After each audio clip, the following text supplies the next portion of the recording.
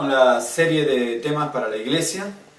Mi nombre es Abel Morales, soy pastor de la Iglesia Adventista del Séptimo Día Movimiento de Reforma, y nuestros estudios están basados en la Biblia y el espíritu de profecía, y hoy tendremos un asunto sumamente importante que se titula La Suprema Corte de Justicia Divina ya entró en sesión. Vamos a hablar acerca del juicio investigador, de las fases, diferentes fases del juicio, hasta que lleguemos al juicio ejecutivo, pasando por el sentenciativo y los aspectos que están relacionados a este sublime tema que tiene que ver con nuestra salvación y con la identidad de nuestro pueblo. Este asunto es de vital importancia, nos dice Evangelismo, en el libro Evangelismo del Espíritu de Profecía, en la página 165, párrafo 1, la correcta comprensión del ministerio del santuario celestial es el fundamento de nuestra fe. Por lo tanto, si nosotros no comprendemos bien este asunto del santuario celestial, quiere decir que estamos en nuestros fundamentos, están, no son sólidos, y por lo tanto nosotros deberíamos comprender profundamente este asunto. Para poder entender bien este tema, nosotros deberíamos también tener en cuenta de que hay alguien que no desea que nosotros podamos comprender profundamente este asunto. Y este es el enemigo de Dios, y nos dice Conflicto de los Siglos 542, párrafo 1, parte media: Satanás inventa innumerables medios de distraer nuestras mentes de la obra en que precisamente deberíamos estar más ocupados. El archiseductor aborrece las grandes verdades que hacen resaltar la importancia de un sacrificio expiatorio y un mediador todopoderoso. Sabe que su éxito estriba en distraer las mentes de Jesús y de su obra. Entonces, ¿dónde estriba el éxito de Satanás? En distraer las mentes de Jesús y de su obra allí en el lugar santísimo. Por lo tanto, tenemos que basarnos en la Biblia y el espíritu de profecía para que podamos tener una doctrina sólida, como ningún pueblo en este mundo comprende este asunto. Nuestro pueblo, por la gracia de Dios, tiene esta luz y debemos ser luz para las naciones, para resplandecer en medio de aquellos para enseñar este tema usan diferentes tipos de elementos teológicos que no tienen base en la Biblia. Todo juicio, ya comenzando, nosotros vamos a ver las tres fases del juicio que Dios realiza. La primera fase es el juicio investigador, que se realiza con su iglesia. La segunda fase es el juicio sentenciativo, que se realiza luego del juicio investigador, y también se aplica tanto a los justos como a los impíos. Y finalmente veremos el juicio ejecutivo, que se aplica a los impíos. Todo juicio debe tener una fecha prefijada. Cualquier persona que va a ser enjuiciada se le prefija una fecha, y en la Biblia encontramos que esa fecha es 1844, según se desprende de la profecía de Daniel capítulo 8, versículo 14, donde dice: y él respondió: hasta 2300 tardes y mañanas, y el santuario será purificado. Entonces comprendemos cómo puede ser que el santuario del cielo, cómo es que puede estar manchado. ¿De qué manera nosotros podemos encontrar alguna mancha, alguna impureza en el santuario del cielo? Aquí dice que el santuario del cielo debería ser purificado. ¿Cuál es la impureza que hay en el santuario celestial que debe ser purificada? Pues son nuestros pecados. Cuando nosotros nos arrodillamos, confesamos nuestros pecados como hijos de Dios, ascienden a la presencia de Dios, pasan por el canal de Jesucristo, y entonces el Padre nos perdona por amor de Cristo, nos perdona nuestros pecados. Pero el pecado ese se guarda en el santuario celestial. ¿Y dónde se guarda? Como en en el servicio del pasado, en el servicio judío, en el servicio típico, entonces se guardaba la sangre, se asperjaba, la sangre que el pecador ya había confesado encima del corderito. Entonces ese pecado era transferido al corderito por confesión, y ahora el sacerdote llevaba esa sangre al velo y la asperjaba como símbolo de que ese pecado ahora era transmitido al santuario, y allí quedaba guardado, quedaba el registro. Eso sí, hoy en el santuario celestial, eso es símbolo de que nuestros pecados, cuando son confesados, pasan a un registro, y estos registros son los libros del cielo, que vamos a ver un poco más adelante en detalle. Perfecto, entonces la fecha prefijada, según Daniel 8:14, es al final de las 2300 tardes y mañanas. Si nosotros hacemos un breve cálculo, un pequeño cálculo, comenzando las 2300 tardes y mañanas en el año 457 a.C., es decir, 7 años después de la asunción de Artajerjes, según Esdras capítulo 7, versículo 7, nos damos cuenta de que el principio de esta profecía es en el año 457 a.C., cuando sale el decreto de la reconstrucción de Jerusalén. Si a eso le sumamos 2300 días proféticos, que serían una tarde y una mañana, según Génesis capítulo 1, versículo 5, sabemos que una tarde y una mañana es un día, ¿sí? La parte primera es la tarde y la noche, y luego el día. Todo eso completa un día. Una tarde y una mañana, según Génesis 1:5, es un día completo. Por lo tanto, en profecía, según Números 14:34 y Ezequiel 4:6, nos damos cuenta, sacando esos cálculos, de que un día profético equivale a un año. Por lo tanto, 2300 tardes y mañanas, es decir, 2300 días, si le aplicamos el principio de interpretación profética día por año, que fue descubierto por los traductores de la Biblia, los hebreos traductores de la Biblia, la Biblia de los 70, y luego pasó a través de todos los tiempos hasta nuestros días, pasando por Isaac Newton y otros teólogos que corroboraron este principio de interpretación profética y aplicación día por año.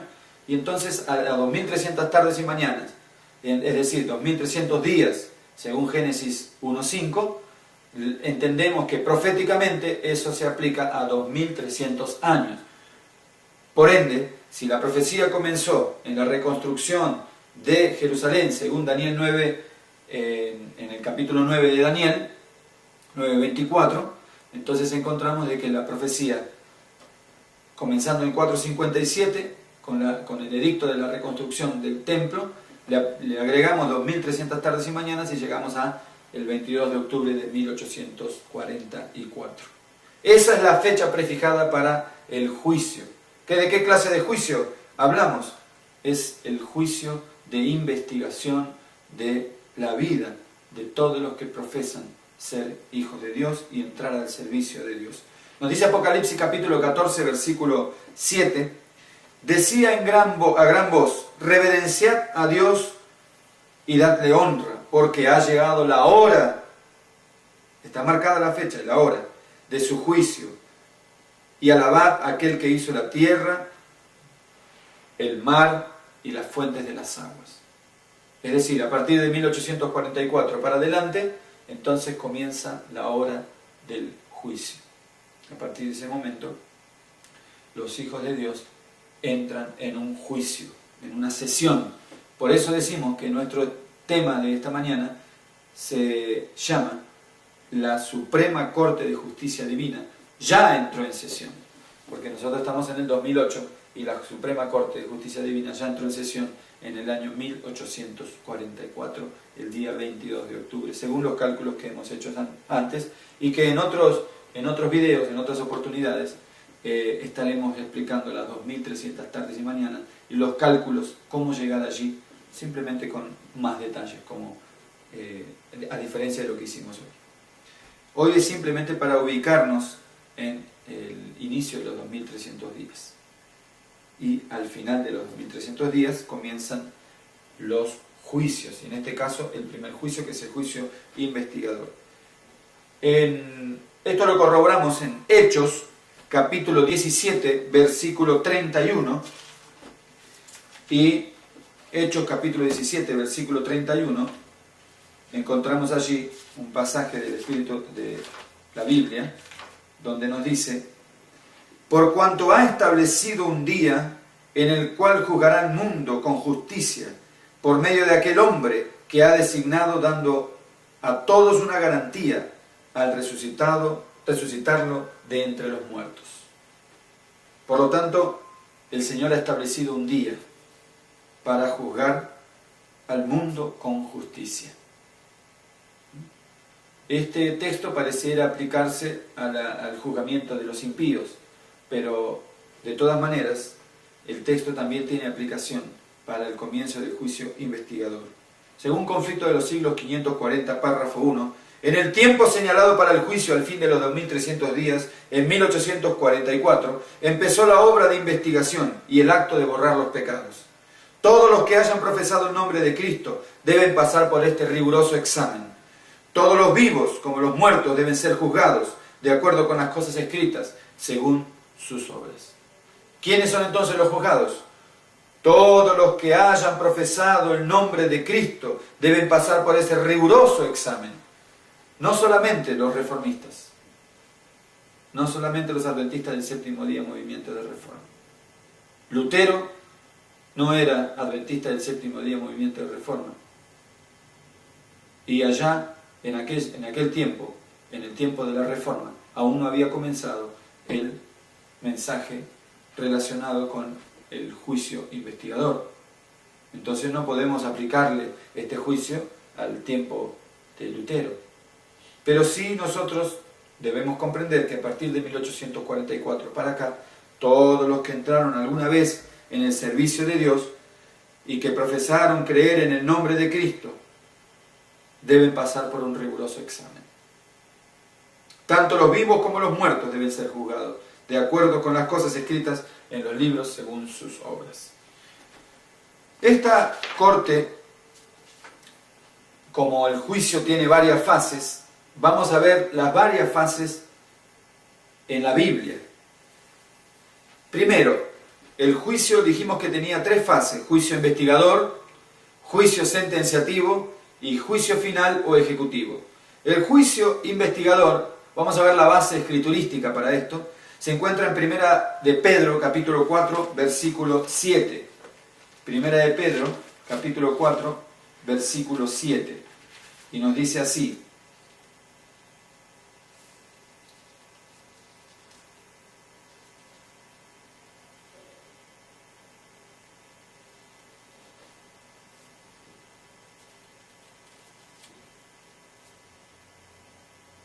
muy bien, Primera de Pedro, capítulo 4, versículo 17. 17.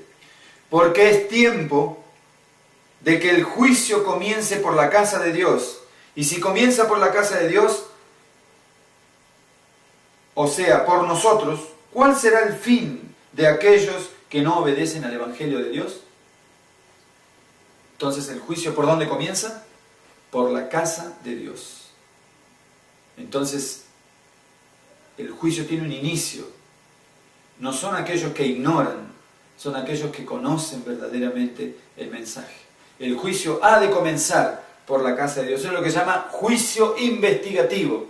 Comienza por los que tienen mayor luz. ¿Y cuándo comienza? Como dijimos antes, es necesario que el juicio comience a partir de 1844, al final de las 2300 tardes y mañanas. ¿Por qué? ¿Por qué sabemos eso? Porque el ángel dijo hasta 2300 tardes y mañanas, Daniel 8:14, y el santuario será purificado. Si el santuario del cielo tiene que ser purificado de algo, de lo único que puede ser purificado es del pecado confesado por nosotros y enviado al santuario. De hecho, entonces, para poder purificar esos pecados tiene que haber un juicio para saber cuáles son los pecados que han sido perdonados. Entonces, hasta 2300 tardes y mañanas, y el santuario será purificado, significa que, conociendo el inicio de las 2300 tardes y mañanas, es decir, de la profecía, le aplicamos las 2300 años y llegamos hasta el año 1844, como expliqué al principio. Es decir, en el 22 de octubre del año 1844 comenzó este juicio que comienza por la casa de Dios, por los que tienen mayor luz. El segundo es el juicio sentenciativo. Según Apocalipsis capítulo 20, versículo 4, allí nos ubicamos en la palabra de Dios y nos dice: y vi tronos y se sentaron sobre ellos los que recibieron facultad de juzgar, y vi las almas de los decapitados por la palabra de Dios, los que no habían adorado a la bestia y a su imagen, y que no recibieron la marca en sus frentes ni en sus manos, y vivieron y reinaron con Cristo 1000 años. Entonces, aquí, ¿qué vio Juan? Juan vio tronos y se sentaron sobre ellos los que se le dieron facultad de juzgar, y las almas de los decapitados por la palabra de Dios, y los que no habían adorado a la bestia ni a su imagen. ¿Quiénes son estos? Son aquellos que conocieron el mensaje, porque no adoraron a la bestia, no adoraron a su imagen, es decir, guardaron el sábado, tuvieron una oportunidad de conocer el mensaje y se aferraron al mensaje y predicaron el mensaje. Estos son aquellos que en el cielo recibieron facultad de juzgar. ¿Qué es lo que significa esto?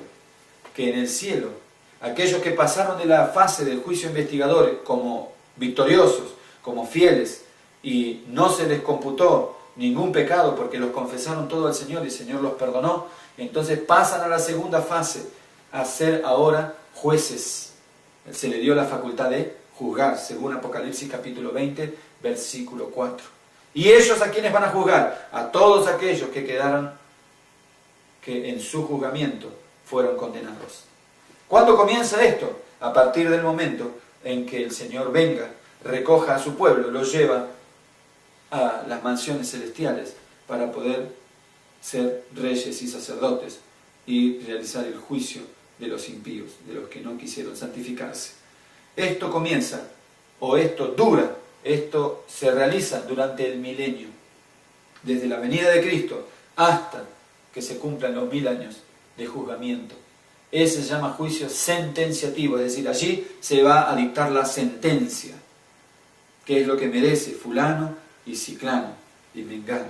¿Por qué? Porque allí se harán juicios, un juicio contemporáneo. Alguien podrá decir: bueno, yo en mi tiempo no podía guardar la palabra de Dios, era muy difícil guardar la palabra de Dios, no había condiciones. Pero alguien de ese tiempo que se salvó y que fue fiel y que vivió los principios del Evangelio y se salve, ese será el trofeo de Dios. Ese será quien será mostrado para dar a entender de que realmente la palabra de Dios se podía cumplir, se podía guardar, se podía vivir, uno podía alegrarse en guardar la palabra del Señor. Por lo tanto, no habrá quien pueda decir: yo no tuve los privilegios que tuvo aquel. No. Todos tenemos la oportunidad de ser fieles al Señor. La tercera fase del juicio será la fase del juicio ejecutivo o juicio final, que lo llama la Biblia. Apocalipsis capítulo 20, versículo 11 al 14. Y dice así la Biblia: y vi un gran trono blanco y al que estaba sentado en él, delante del cual huyeron la tierra y el cielo, y ningún lugar se encontró para ellos. Un gran trono blanco. Y vi a los muertos, grandes y pequeños, ante el trono de Dios, es decir, estaban siendo juzgados. Y los libros fueron abiertos, y otro libro fue abierto, el cual es el libro de la vida, y fueron juzgados los muertos por las cosas que estaban escritas en los libros, según sus obras. Aquí hay una escena de juicio. Dios está sentado en su gran trono, con toda su majestad, con todo su poderío, su dominio. Y ahora todos los que son juzgados están en pie delante de Él. Grandes, pequeños, ricos, pobres, de todas las razas. Y son juzgados según las cosas, dice la Biblia, que están escritas en los libros. Porque hay varios libros que vamos a ver más adelante. Muy bien. Entonces, tenemos que entender eso, que tenemos tres fases en el juicio.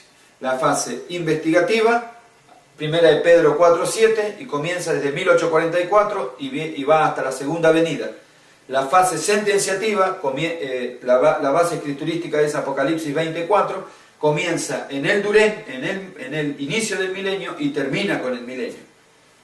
El juicio final o ejecutivo, la base escriturística Apocalipsis capítulo 20, versículo 11 al 14, y comienza después del milenio. ¿Qué ocurrirá después del milenio? Cuando todo este juicio termine, entonces los culpables de desobediencia, de infidelidad, tendrán que pasar por el versículo 14 del capítulo 20 de Apocalipsis. Y la muerte y el Hades fueron lanzados al lago de fuego. Esta es la muerte segunda. ¿Quiénes fueron lanzados así? Verso 15.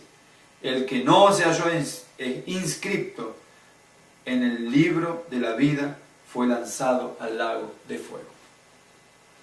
Entonces, mis hermanos, nosotros necesitamos hacer un esfuerzo para, conjuntamente con Dios, vencer al enemigo para ser inscritos en el libro de la vida.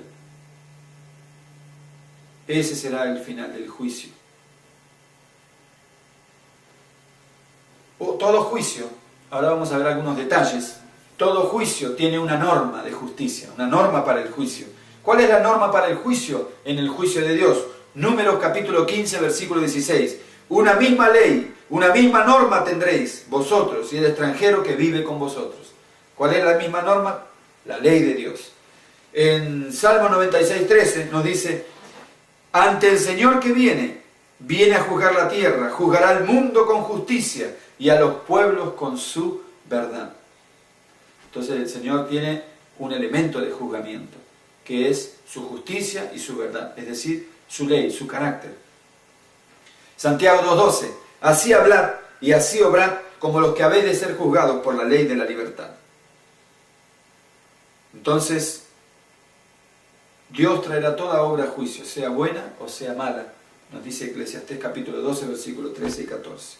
Vamos a corroborar esto con el espíritu de profecía. Conflicto de los siglos 536, párrafo 1, primera parte. La ley de Dios es la regla por la cual los caracteres y las vidas de los hombres serán probadas en el juicio. Conflicto de los siglos 536, párrafo 1, primera parte. ¿Cuál será entonces la norma del juicio? La regla para el juicio, la ley de Dios. Palabra de vida del Gran Maestro, página 255, párrafo 1. Él dio su vida como sacrificio, no para destruir la ley de Dios, no para crear una norma inferior, sino para que la justicia pudiera ser mantenida, para demostrar la inmutabilidad de la ley, para que permaneciera para siempre. Esta ley será la norma, la regla de justicia en el juicio. Ahora, en todo juicio, nosotros tenemos testigos. ¿Quiénes son los testigos de este juicio? Seremos juzgados con la ley, según dice la palabra de Dios. Pero ahora, en todo juicio hay testigos. ¿Quiénes son los testigos de este juicio? De todas estas fases del juicio. Conflicto de los siglos 540, párrafo 2, parte media. Si nosotros queremos corroborar esto con la Biblia, sabemos que en Daniel, vamos primero a la Biblia antes del espíritu de profecía, Daniel capítulo 7,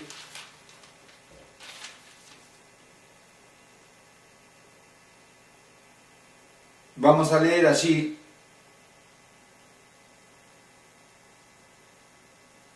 el versículo 9 y 10. Estuve mirando hasta que fueron puestos tronos, y se sentó un anciano de días, cuyo vestido era blanco como la nieve, y su pelo y su cabeza eran como lana limpia, y su trono llama de fuego, y el pelo de su cabeza, y las ruedas como del mismo fuego ardiente. Un río de fuego procedía y salía de delante de él, millares y millares le servían, y millones le asistían delante de él. El juez se sentó y los libros fueron abiertos. Esta es una escena del juicio. Y allí, entonces, ¿quiénes son los testigos? Millares y millares, millones y millones le asistían. Estos son los ángeles. Y vamos a ver cómo eso lo corrobora el espíritu de profecía. Conflicto de los siglos 540, párrafo 2, parte media. Hubo siempre ángeles de Dios que fueron testigos de cada pecado y lo registraron en los libros infalibles. ¿Quiénes son? Los ángeles de Dios que fueron testigos de cada pecado tuyo, de cada pecado mío. Por lo tanto, nosotros debemos arrepentirnos y confesarle al Señor para poder estar en paz con Dios. Dice que ellos lo anotan en los libros infalibles. ¿Por qué? Porque hoy aquí en la tierra cualquier persona puede pagar y mandar a hacer una quema de archivos si cometió algún delito. En estos libros no se puede. ¿A qué ángel le pagaríamos nosotros para que vaya al cielo y queme los archivos de nuestros pecados? La única forma de quemar los archivos es confesando nuestro pecado. Así es que nuestro pecado será borrado para siempre. Confesándolo, abandonándolo y viviendo una vida en Cristo Jesús. Y aunque el justo cayere 7 veces tornará a levantarse, dice el proverbio de Salomón. Por lo tanto, en Conflicto de los siglos 535, párrafo 3 y 536, párrafo 0, nos dice: frente a cada nombre en los libros del cielo aparecen con terrible exactitud cada mala palabra, cada acto egoísta, cada deber descuidado y cada pecado secreto. Aquí incluye la masturbación. Aquí incluye el pecado secreto, tanto en señoritas como en jovencitos. Cada deber descuidado y cada pecado secreto, con todas las tretas arteras, las admoniciones o reconvenciones divinas despreciadas. Cuando Dios nos llama, nos toca el corazón y nosotros despreciamos. Los momentos perdidos en la cama, durmiendo, no habiendo estudiado la Biblia, no andando por ahí en las diversiones. Los momentos perdidos, las oportunidades desperdiciadas. Yo tenía oportunidad de ser un misionero, tenía oportunidad de servir a la iglesia y no, fui y hice las cosas que me parecían a mí que podía tener mejores oportunidades en este mundo. Las oportunidades desperdiciadas, o como otras oportunidades también, los momentos perdidos, las oportunidades desperdiciadas, la influencia ejercida para bien o para mal, con sus abarcantes resultados. Todo fue registrado por el ángel anotador, tanto lo bueno como lo malo. Eso es importante. Todo fue registrado ¿por quién? Por el ángel anotador. Hay ángeles que son los testigos. Estudios escogidos de los testimonios, página 411, párrafo 2, última parte. El ángel registrador ha escrito fielmente sus hechos. Cada acto egoísta, cada mala palabra, mire, mala palabra. Generalmente, a veces encontramos algún jovencito de nuestra iglesia diciendo una mala palabra, o hablando una mala palabra en chiste, o a veces encontramos un hermano adulto, o a veces encontramos un misionero de nuestra iglesia diciendo una mala palabra en forma de broma. Cada mala palabra, las malas palabras no deben existir más en nuestra boca. El Señor ha puesto un cántico nuevo en nuestra boca. No debemos decir más malas palabras.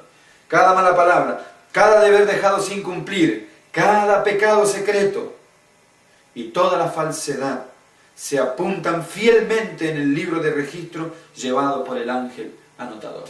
Entonces, ¿quiénes son los que anotan cada detalle? Son los anotadores, los escribanos, que anotaron cada detalle de las situaciones que nos llevaron al juicio. Sean buenas o sean malas, son los ángeles. Los ángeles son los anotadores. Y también son los testigos.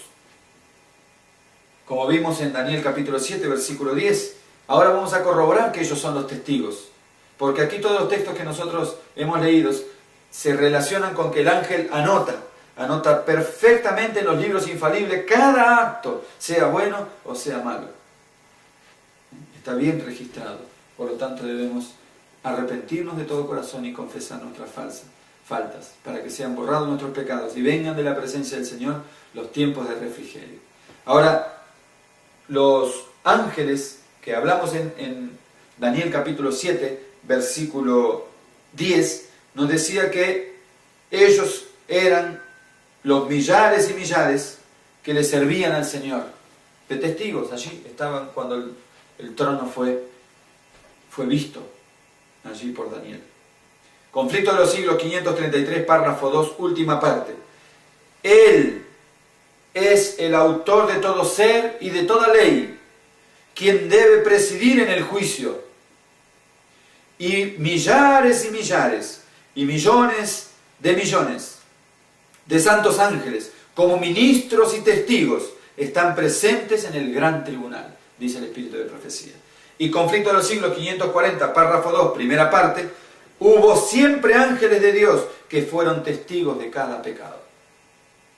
Aquí están los testigos y los escribanos. Hay una casta de ángeles, o algunos ángeles, que anotan todo y también que son testigos de cada pecado. Ahora, en el juicio hay un acusado. Alguien es el acusado del juicio, de hecho. ¿Quién es? Romanos 14, 12. Romanos capítulo 14, versículo 12, nos dice la palabra de Dios: de manera que cada uno de nosotros dará a Dios cuenta de sí. ¿Quién es el acusado? Cada uno de nosotros, en las diferentes fases del juicio. Cada uno es acusado en diferentes fases del juicio. Cada uno de nosotros dará cuenta a Dios de sí. Romanos 14, 12. Segunda a los Corintios capítulo 5, versículo 10. Segunda a los Corintios capítulo 5, verso 10. Nos dice: porque es necesario que todos nosotros comparezcamos ante el tribunal de Cristo, para que cada uno reciba según lo que haya hecho mientras estaba en el cuerpo, sea bueno o sea malo. Cada uno de nosotros es necesario que comparezcamos ante el tribunal de Cristo. Conflicto de los siglos, 534, párrafo 1, parte media, es lo que vamos a leer para corroborar este pensamiento de que hay un acusado, un reo en el juicio. Así, en el gran día de la expiación final y del juicio, los únicos casos que se consideran son los de quienes hayan profesado ser hijos de Dios. ¿Cuáles son los únicos casos que se consideran? Los que hayan profesado ser hijos de Dios. Muy bien, mis hermanos. Entonces ya vimos en las diferentes fases. Hagamos un repaso pequeño. En la introducción de este tema, la Suprema Corte de Justicia Divina ya entró en sesión. Primero vimos que este es el fundamento del pueblo de Dios. Conocer la doctrina del santuario es el fundamento de nuestra fe. Por lo tanto, por eso vamos detalle por detalle para conocer bien profundamente la doctrina del santuario. Todos deberíamos conocer profundamente este asunto. Todo juicio dijimos que tiene una fecha prefijada. Dijimos que la fecha, según Daniel 8:14, es en el año 1844, interpretándola las 2300 tardes y mañanas. Dios estableció un día, porque toda fecha es día y hora prefijada, y lo habíamos visto en Hechos capítulo 17, verso 31, y en Conflicto de los siglos 540, párrafo 1. Habíamos visto que el juicio tenía tres fases. Fase del juicio investigador, primera de Pedro 4:7, y desde 1844 hasta su segunda venida. La segunda fase, juicio sentenciativo, Apocalipsis 24, y dura en cuanto el milenio está vigente. Y el juicio final o ejecutivo, Apocalipsis 20, 11 al 14, o hasta el 15 podemos leer, es luego del milenio, después del milenio. Habíamos visto que hay una norma para ese juicio, y era la ley de Dios, números 15 y 16, Salmos 96, 13, Santiago 2, 12, ¿sí? Eclesiastés 12, 13 y 14, Conflicto de los siglos 536, párrafo 1, primera parte, y Palabra de vida del Gran Maestro 255, párrafo 1. Los ángeles anotadores, habíamos leído en Conflicto de los siglos 540, parte media, párrafo 2, parte media, y en Conflicto de los siglos 535, párrafo 3 y 536, párrafo 0. Habíamos visto también en estudios escogidos de los testimonios 411, párrafo 2, última parte. Allí hablaba de que cada acto ha sido registrado fielmente en los libros infalibles. Y ahora vimos que hay testigos en el juicio, y dijimos que en Daniel capítulo 7, versículo 10, y también corroboramos con Conflicto de los siglos 533, párrafo 2, última parte, y Conflicto de los siglos 540, párrafo 2, parte media, que hubo siempre ángeles de Dios que fueron testigos de cada pecado. También entramos en el tema de que hay un reo en el juicio, hay un acusado en el juicio, y este acusado lo encontramos en Romanos 14, 12, de manera que cada uno de nosotros dará cuenta de sí, corroborado con Conflicto de los siglos 534, párrafo 1, parte media. Muy bien, ahora, ¿cuántos libros hay de registro? ¿Cuántos libros? Hay 3 libros según la Biblia. Vamos a ver el primero, el libro de la vida. En el libro de registro, libro de la vida, Apocalipsis capítulo 20, versículo 12. Apocalipsis capítulo 20, versículo 12. Dice: y vi también a los muertos, grandes y pequeños, de pie ante Dios, y los libros fueron abiertos, y otro libro fue abierto, el cual es el libro de la vida. Muy bien, entonces, los libros fueron abiertos, y especialmente ahora encontramos un libro que fue abierto, que es el libro de la vida. Ahí tenemos el primer libro, entonces. Y los muertos fueron juzgados según sus obras, por las cosas que estaban escritas en los libros. Lucas capítulo 10, versículo 20. Pero no os alegréis de que los espíritus se os sujeten, antes alegraos de que vuestro nombre está escrito en el cielo. Filipenses capítulo 4, versículo 3. Te ruego también a ti, fiel compañero, que ayudes a estas hermanas que trabajaron conmigo en el Evangelio, también con Clemente y con mis demás colaboradores, cuyos nombres están en el libro de la vida. Miren, los colaboradores de Dios, es decir, en este caso los colaboradores de Pablo, estaban sus nombres escritos en el libro de la vida. Pablo, por inspiración divina, vio sus nombres escritos en el libro de la vida. Y esto es una doctrina que se establece en nuestra iglesia, que los que colaboran en la causa de Dios fielmente, sus nombres son registrados en el libro de la vida. Daniel capítulo 12, versículo 1. En aquel tiempo se levantará Miguel, el gran príncipe que protege a tu pueblo, y será tiempo de angustia, cual nunca fue desde que hubo gente hasta entonces. Pero en este tiempo será libertado tu pueblo, todos los que se hallen escritos en el libro. Este es el libro de la vida. Tu pueblo, porque dice, será libertado tu pueblo. ¿Quiénes son tu pueblo? Todos los que se hallen escritos en el libro. Es decir, todos los que colaboraron, como dijo Pablo, con el Señor, de corazón.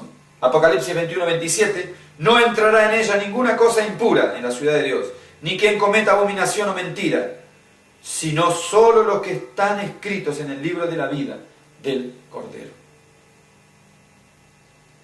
Los únicos que entrarán en la ciudad de Dios. Conflicto de los siglos 534, párrafo 3, primera parte. Ahora vamos a confirmar todo esto que dijimos en la Biblia, lo confirmaremos con el espíritu de profecía. El libro de la vida contiene los nombres de todos los que entraron alguna vez al servicio de Dios.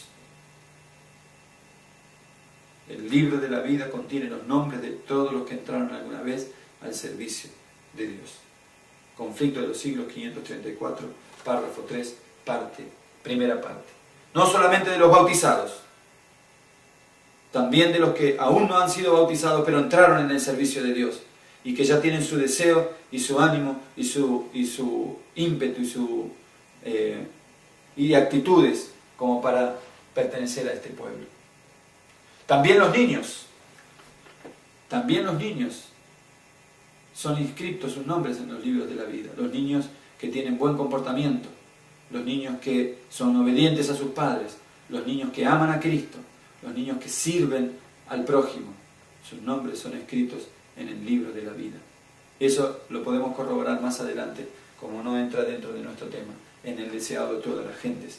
Dice, Jesús agradecía y se contentaba, se ponía contento con los niños cuando venía algún niño que le daba algún regalito, alguna flor, algún presente, e inscribía sus nombres en el libro de la vida. Así dice el deseado de toda la gente. Por lo tanto, los niños también, sus nombres son registrados en el libro de la vida. Otro libro es el libro de las memorias. En el libro de las memorias, según Malaquías capítulo 3, versículo 16, entonces los que veneran a Jehová hablaron cada uno a su compañero, y el Señor oyó con atención, y fue escrito un libro de memoria ante él en favor de los que reverenciaban al Eterno y piensan en su nombre. ¿En quién fue escrito el libro de memoria? ¿En favor de quién? De los que reverencian a Cristo, a Dios, y piensan en su nombre. Y los que hacen trabajo misionero, porque dice, entonces los que veneran a Jehová hablaron cada uno a su compañero. ¿Qué es registrado allí en el libro de las memorias? Las acciones justas de los santos. Allí se registran. Según Nehemías capítulo 13, versículo 14, otro versículo con respecto al libro de las memorias. Por eso, oh Dios, acuérdate de mí, y no borre los beneficios que hice en la casa de mi Dios y en su servicio. No borre los beneficios que hice en la casa de Dios y en su servicio. ¿No borres de dónde? Quiere decir que está consignado en un libro. Por lo tanto, él pide, Señor, no borres esos beneficios que yo hice en la casa de Dios. Salmos 56, versículo 8. Tú anotas mis huidas, juntas mis lágrimas en tu redoma. ¿No están escritas en tu libro? Miren, el libro de las memorias. Entonces, también allí están consignadas las lágrimas que tú vertiste, que yo he vertido, que cualquiera de nosotros hemos vertido por causa del Evangelio. Allí están consignadas, delante del libro de las memorias, las veces que hemos huido, según dice el versículo. Las veces que hemos buscado tener una comunión personal con Dios, y que hemos querido estar a solas con Él. Aquí entonces terminamos el libro de las memorias y pasemos a un tercer libro, que es el libro de las iniquidades o el libro de la muerte. Nosotros no encontramos esa expresión libro de la muerte en la Biblia, pero encontramos el libro de las iniquidades. Y dice así, Eclesiastés capítulo 12, versículo 14, porque Dios traerá toda obra a juicio, incluyendo toda obra oculta, sea buena o sea mala. ¿Cómo la traerá a juicio? Está consignada en un libro. Las obras malas están consignadas en un libro, en el libro de las iniquidades o de la muerte. Mateo capítulo 12, versículos 36 y 37, os digo que en el día del juicio los hombres darán cuenta de toda palabra ociosa que hablen, porque por tus palabras serás justificado y por tus palabras serás condenado. Allí están anotadas. Cada ángel anotador, escribano, anotó fielmente. Primera a los Corintios capítulo 4, verso 5, así no juzguéis nada antes de tiempo, hasta que venga el Señor. Él iluminará lo oculto en las tinieblas y manifestará los motivos de los corazones. Entonces cada uno tendrá de Dios alabanza. Él manifestará lo oculto en las tinieblas. Todo lo que un esposo hizo en tinieblas y su esposa no se enteró, las infidelidades, todas esas cosas, las miradas a las mujeres, a las niñas, a las jóvenes por la calle, eso debe ser confesado al Señor. Debe haber un arrepentimiento, porque si no el Señor lo traerá a juicio. Y algún día toda la humanidad lo sabrá, no solamente su esposa. Y así también la esposa con el esposo debe confesar al Señor todo lo que ha hecho en oculto, en las tinieblas, porque también vendrá a juicio. Todo eso, debemos tener un cabal arrepentimiento de todos nuestros actos malos y buscar vencer por el poder de Dios esas tendencias malignas. Isaías capítulo 65, versículos 6 y 7. Escrito está ante mí, no callaré, antes retribuiré y daré el pago en su seno. Escrito está ante mí, dice el Señor. Por vuestros pecados y por los pecados de vuestros padres, dice el Señor.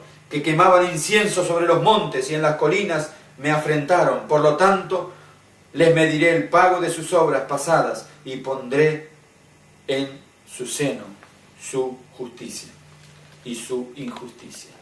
Bien, amados hermanos, entonces, todo, hasta cuando nosotros queremos realizar alguna actividad fuera de nuestra vida religiosa, alguna idolatría, todo está registrado. Como dice aquí, escrito está ante mí y no callaré, daré pago en su seno por vuestros pecados y los pecados de vuestros padres, dice el Eterno, que quemaban incienso sobre los montes. Todo está registrado allí en el libro de la muerte. Conflicto de los siglos, 535, párrafo 2, primera parte. Vamos a confirmar que existe un libro de la muerte. Hay además un registro en el cual figuran los pecados de los hombres. Conflicto de los siglos, párrafo 2, primera parte. Hay además un registro en el cual figuran los pecados de los hombres. En este juicio, como en todo juicio, también hay un fiscal o acusador. Pero la gente le dice de fiscal, o sea, lo identifica como un fiscal. Pero nosotros sabemos que el acusador es Satanás. Por lo tanto, no puede ser el fiscal. Porque el fiscal solo defiende la justicia, defiende que la ley se haya cumplido o incumplido. Es decir, Satanás no cumple la función de fiscal aquí, sino que Satanás cumple la función de acusador en el juicio. Porque Satanás no quiere defender la ley como el fiscal hace en un juicio. Entonces, en este caso, Satanás no es fiscal, es, como muchos de nosotros tal vez hemos enseñado en el pasado, sino que él es un acusador. Y eso está escrito en Zacarías capítulo 3, versículo 1. El Señor me mostró al sumo sacerdote Josué, que estaba en pie ante el ángel del Señor, y Satanás estaba a la derecha para acusarlo. Ahí está el acusador. Al lado de cada pecador está Satanás para acusarlo. Pero nosotros debemos confesar. Tenemos ese maravilloso privilegio de confesar nuestros pecados. Apocalipsis capítulo 12, versículo 10. Entonces oí una voz, gran voz del cielo que decía: ahora ha llegado la salvación, el poder y el reinado de nuestro Dios y la autoridad de su Cristo, porque ha sido arrojado el acusador de nuestros hermanos, que los acusaba día y noche ante nuestro Dios. Ahí está el acusador. Conflicto de los siglos, 538, párrafo 1, para corroborar este pensamiento. Mientras Jesús intercede por los súbditos de su gracia, Satanás los acusa ante Dios como transgresores. El gran seductor procuró arrastrarlos al escepticismo, hacerles perder la confianza en Dios, separarlos de su amor y transgredir su ley. Ahora, una vez hecho esto, Él señala la historia de sus vidas, los defectos de carácter, la falsa desemejanza con Cristo, lo que los desenró a su Redentor y los pecados que le indujo a cometer, y los acusa de que estos son reclamados como sus súbditos. Y a causa de esto los reclama como sus súbditos. Y el primero nos arroja, nos insta a pecar y luego nos acusa para arrojarnos al escepticismo. Y nos acusa como que nosotros somos sus súbditos porque hemos hecho su voluntad. Quiere el Señor darnos el poder de la oración, el espíritu de la oración, para poder confesar todas nuestras faltas, para que el acusador no tenga de nada de qué acusarnos. Un pecado confesado ya no es un pecado en el que el acusador se pueda aferrar para acusarnos. Está confesado. Yo creo en Cristo y Cristo es mi Salvador. Confesé mi pecado. No tengo nada contigo, Satanás. Vete de aquí. Y Satanás tiene que huir por el poder de Cristo. Y los ángeles del Señor vienen a nuestro llamado, a acudirnos, a agitar sus alas para alejar a los ángeles del enemigo. El juicio ha de comenzar por los muertos y termina por los vivos. Segunda de Timoteo 4:1 dice: ante Dios y el Señor Jesucristo, que ha de juzgar a los vivos y a los muertos en su manifestación y en su reino. Conflicto de los siglos 536, párrafo 4, que confirma este pensamiento de que hay juzgamiento de vivos y muertos. A medida que los libros de memoria se van abriendo en el juicio, las vidas de todos los que hayan creído en Jesús pasan ante Dios para ser examinadas por Él. Empezando con los que vivieron primeros en la tierra, nuestro abogado presenta los casos de cada generación sucesiva y termina con los vivos. Empezando ¿con quién? Con los primeros que vivieron en la tierra, que ya están muertos.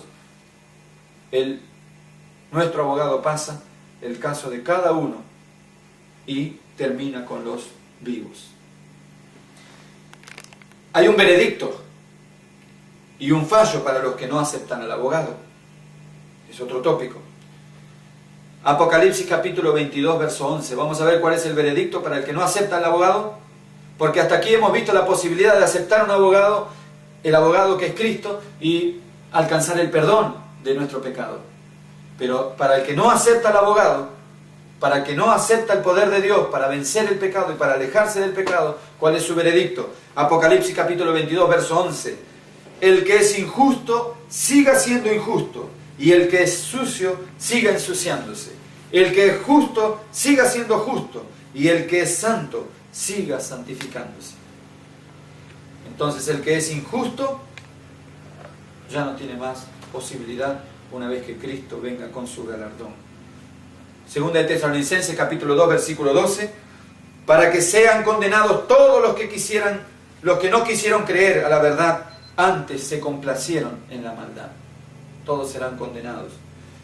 Éxodo 32, 33, al que haya pecado contra mí, a éste raeré de mi libro. ¿A quién raerá el Señor del libro? Al que haya pecado contra él y no confesó el pecado. Ezequiel capítulo 18, verso 4.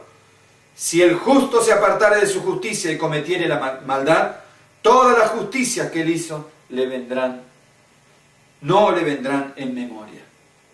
Si el justo se apartó de su justicia, todas sus justicias no le vendrán en memoria. Conflicto de los siglos 537, párrafo 0. Cada nombre es mencionado. Cada caso cuidadosamente investigado. Habrá nombres que serán aceptados y otros nombres serán rechazados.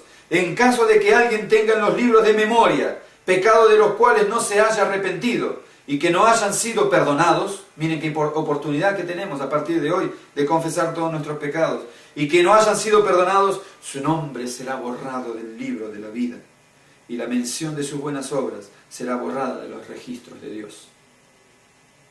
Conflicto de los siglos 545, párrafo 2, parte primera. Los justos y los impíos continuarán viviendo en la tierra en su estado mortal. Los hombres seguirán plantando y edificando, comiendo y bebiendo, inconscientes todos ellos de que la decisión final e irrevocable ha sido pronunciada en el santuario celestial. Es decir, ya pasaron los muertos y ahí ya están los vivos sentenciados. O a la vida eterna, la sentencia se dio para vida eterna, o para muerte perpetua. Entonces, tenemos una oportunidad hoy, en cuanto el juicio aún está en sesión, de buscar arrepentirnos de toda falta, confesar toda falta y abandonar toda falta y toda práctica y vivir una vida nueva en el poder de Cristo, nuestro Salvador. Finalmente, el Señor realiza un acto maravilloso para quienes confiesan los pecados y abandonan. El acto de borrar los pecados de los arrepentidos. Vamos a ver este último tópico. Apocalipsis capítulo 22, versículo 12. Yo vengo pronto y mi galardón conmigo para dar a cada uno según sus obras. Si Jesús viene con un galardón, quiere decir viene con un regalo, con el regalo de la vida eterna para quienes han confesado sus faltas. Romanos capítulo 8, versículo 1. Ahora pues, ninguna condenación hay para los que están en Cristo Jesús, los que no andan según la carne, sino según el Espíritu. Andar según el Espíritu es según lo que dicta el Espíritu. Cuando el Espíritu te habla, no hagas esto, ahí es el momento de decidirse, no hacer. Porque la carne quiere, pero el Espíritu está dispuesto para decir que no. Y si nosotros hacemos un esfuerzo en ese momento, Satanás huye con el poder de Cristo, huye, y nosotros somos liberados de sus garras y podemos seguir nuestra vida sin pecar. Y si cometemos un pecado, abogado tenemos a Jesucristo el justo, por medio de la confesión. Conflicto de los siglos 539, párrafo 1 y 2, para poder concluir nuestro estudio. Presten atención, el último párrafo que hemos de leer. Ahora, la obra final del juicio investigador y el acto de borrar los pecados deben realizarse antes del segundo advenimiento del Señor. En vista de que los muertos han de ser juzgados según las cosas escritas en los libros, es imposible que los pecados de los hombres sean borrados antes del fin del juicio, en que sus vidas han de ser examinadas. Pero el apóstol Pedro dice terminantemente que los pecados de los creyentes serán borrados cuando vendrán los tiempos de refrigerio de la presencia del Señor y enviará a Jesucristo. Hechos 3, 19 y 20. Ahí habla Pedro. Cuando el juicio investigador haya concluido, Cristo vendrá con su recompensa para dar a cada cual según sus obras. En el servicio ritual típico, el sumo sacerdote, hecha la propiciación por Israel, salía y bendecía a la congregación. Así también Cristo, una vez terminada su obra de mediador, aparecerá sin pecado para la salvación, según Hebreos 9:28, para bendecir con el don de la vida eterna a su pueblo que le espera. Así como al quitar los pecados del santuario el sacerdote confesaba sobre la cabeza del macho cabrío emisario, así Cristo colocará todos estos pecados sobre Satanás. Ya no serán nuestros. Autor e instigador del pecado. El macho cabrío emisario que cargaba con los pecados de Israel era enviado a la tierra inhabilitada, según Levítico 16:22. Así también Satanás, cargado con la responsabilidad de todos los pecados que ha hecho cometer al pueblo de Dios, será confinado durante 1000 años en la tierra entonces desolada y sin habitantes, y sufrirá finalmente la entera penalidad del pecado en el fuego que destruirá a todos los impíos. Así, el gran plan de la redención alcanzará su cumplimiento en la extirpación final del pecado y la liberación de todos los que estuvieran dispuestos a renunciar al mal. La extirpación final del pecado será hecha solamente a todos los que estuvieran dispuestos a renunciar al mal. ¿Tú estás dispuesto a renunciar al mal? Si estás dispuesto, debe haber una confesión de corazón. Debes confesar tu pecado. Todos de los pecados que hablamos aquí. Cada acto egoísta, cada pecado secreto, cada mala palabra, cada broma, cada momento desperdiciado, cada actitud buena o mala, en realidad las malas, cada actitud mala que ha llevado a otro a la perdición, al camino de la perdición. Todo puede ser confesado, estamos a tiempo. El juicio aún está en sesión. La gran corte de justicia divina aún está sesionando y tenemos tiempo. El Señor Jesús es el abogado, pero está el acusador. Mientras está el acusador ahí, nosotros debemos buscar a Cristo. Cristo es nuestro abogado. En Cristo hallamos nuestro amigo, nuestro abogado defensor. Nunca perdió un caso. Vamos a Él de corazón. Ve a tu cuarto, enciérrate ahí todas las mañanas, todas las noches. Confiesa tu pecado. Busca al Señor y el Señor limpiará tu registro por el poder del Evangelio. Quiera el Señor darnos su gracia, porque es importante que cada uno de nosotros pueda comprender que si nosotros somos fieles, no temeremos al juicio. Último pensamiento, el más cortito y pequeño, que me gustaría que podamos tener. Primera de Juan 4, 17 y 18. En esto se perfecciona el amor en nosotros, para que tengamos plena confianza en el día del juicio. Porque como Él es, así somos nosotros en este mundo. En el amor no hay temor. Antes, el amor perfecto echa fuera el temor, porque el temor mira el castigo, de donde el que teme aún no está perfecto en el amor. No debemos temer, debemos tener confianza en el Señor. El que teme aún no se ha perfeccionado en Cristo. El juicio no es para temer. Que el Señor nos bendiga. Amén. Queremos orar por ti, si tomaste la decisión en este momento, para que esta palabra que emanó de la Biblia pueda ser una verdad en tu vida. Amén. Vamos a hacer una oración por ti en este momento, y tú te arrodillas con nosotros y vamos a pedirle al Señor que transforme tu vida, te saque de esa situación que estás y puedas entonces vivir una vida nueva en la iglesia del Señor. Arrodíllate conmigo. Buenísimo Padre que moras en las alturas de los cielos, delante de tu presencia nos postramos de rodillas con tu Hijo aquí presente. Te queremos dar gracias por tu amor misericordioso, porque en tu infinita sabiduría tú nos has conducido por los caminos de la vida y nunca nos has dejado. Te damos gracias, Señor, porque nunca has separado tu vista amorosa de nosotros, aunque estuvimos en el mundo, aunque nos revolcamos en el chiquero y aunque anduvimos haciendo lo que quisimos, despilfarrando nuestra herencia preciosa.